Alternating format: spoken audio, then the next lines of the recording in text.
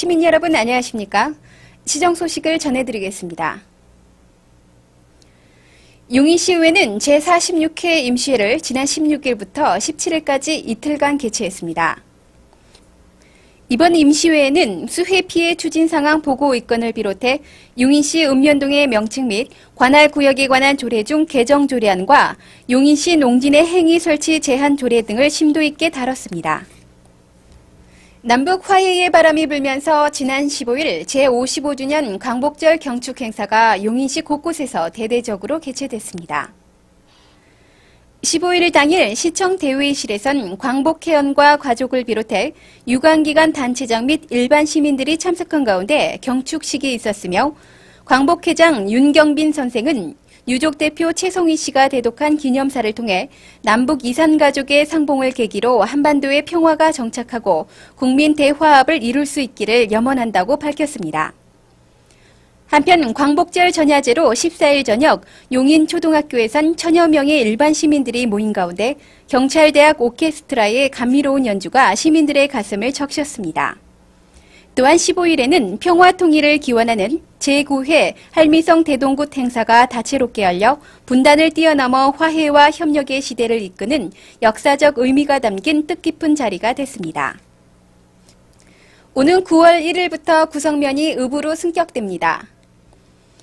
총 35평방미터의 면적에 2만 8천 명의 인구가 살고 있는 구성면이 대규모 택지 개발 등으로 인해 급속한 도시화가 이루어짐에 따라 오는 9월 1일부터 구성읍으로 승격이 확정됐습니다. 구성은 점차 인구가 급증함에 따라 기존의 행정력이나 조직도가 변화될 것으로 보입니다. 이번 구성읍 승격에 따라 용인에는 기흥과 수지를 포함해 3개의 읍이 설치돼 용인 서북부 지역의 발전을 도모할 것으로 기대됩니다.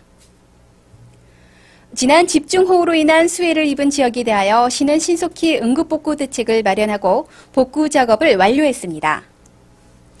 이번 복구 작업을 위해 시는 39억 원의 긴급 예산을 투입, 공무원과 군인 등 13,660명의 인력과 2,830대의 중장비를 동원해 도로와 하천, 제방 등을 복구하고 수해 지역에 대한 방역 활동을 벌이는 등 수해 발생 일주일 만에 복구 작업을 신속히 완료했습니다.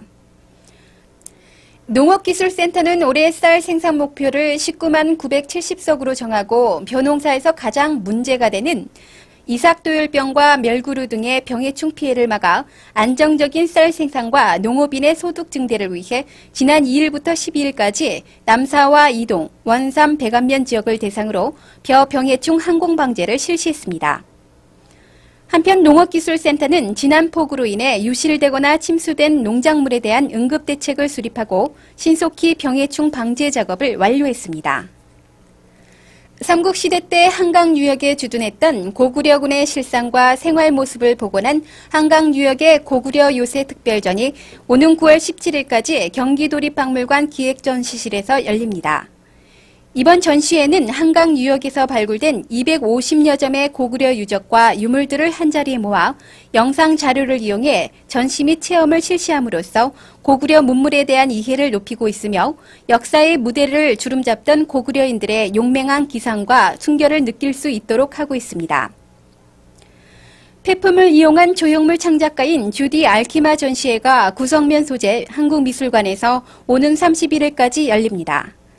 이번 전시회는 철사나 빨래판 등 우리 일상생활에서 쉽게 접할 수 있는 생활 폐품을 이용한 40여 점의 작품을 선보이고 있으며 특히 여성의 문제를 다룬 작품 위주로 모성애와 낙태라는 상반된 이미지를 담고 있어 눈길을 끌고 있습니다.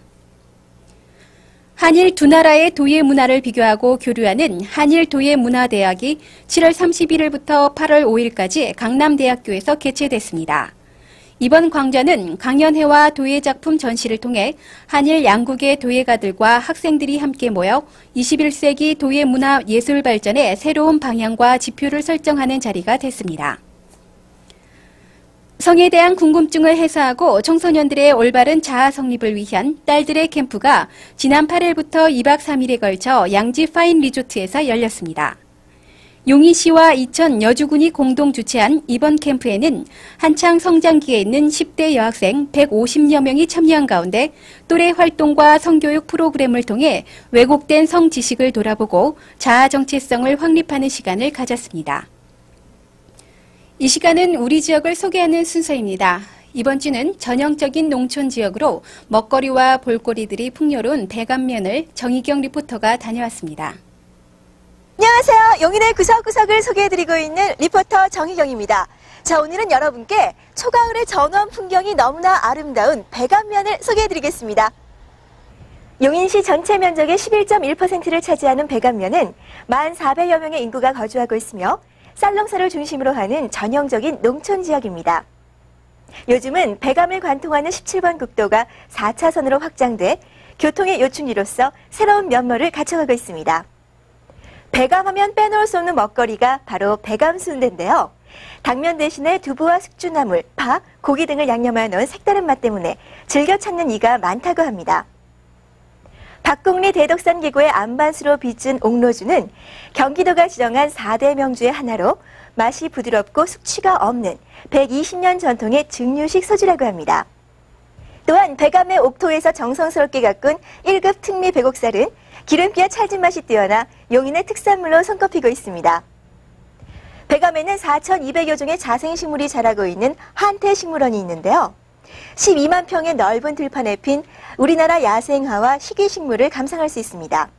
또 자연휴양지로 이름난 황새울 관광농원에서는 단체나 가족 단위로 자연을 체험할 수 있습니다. 한편 실학사상가로 반개수록을 집필한 반개유형연 묘소가 석촌리에 위치하고 있고 이름 모를 노승의 사리가 담긴 가창리 부도 등 많은 문화재가 백암면에 있습니다. 앞으로 백암면의 발전 계획에 대해서 말씀해 주시죠. 백암면은 총인구 1만여 명으로 농업이 주업이며 축산농가가 400여 가구에 돼지 사육두수만 10만 두 이상이 됩니다. 앞으로 친환경 농업으로 변화하려면 종합축산폐수 처리시설이 절실히 요구되고 있습니다. 그리고 17번 국도가 4차선으로 확포장되면서 교통량이 증가함에 따라 지역경제가 활성화되고 있습니다. 내년에 착공되는 백암 시내 도시계획도로 확장으로 농산물 유통의 편의를 도모하고 백암 원삼 간 도시계획을 연계하여 택지개발을 통한 지역 발전을 계획하고 있습니다. 이 고장의 향토식품인 백암 순대를 널리 홍보하여 백암면을 전국에 알리고 찾아올 수 있도록 노력하겠습니다. 갖가지 이름난 특산물과 자연을 체험할 수 있는 공간이 무궁무진한 백암. 이 풍요로운 자연의 혜택을 통해서 관광과 문화 그리고 전통이 꼽히는 고장이 되기를 진심으로 바라봅니다. 지금까지 백암면에서 정희경이었습니다.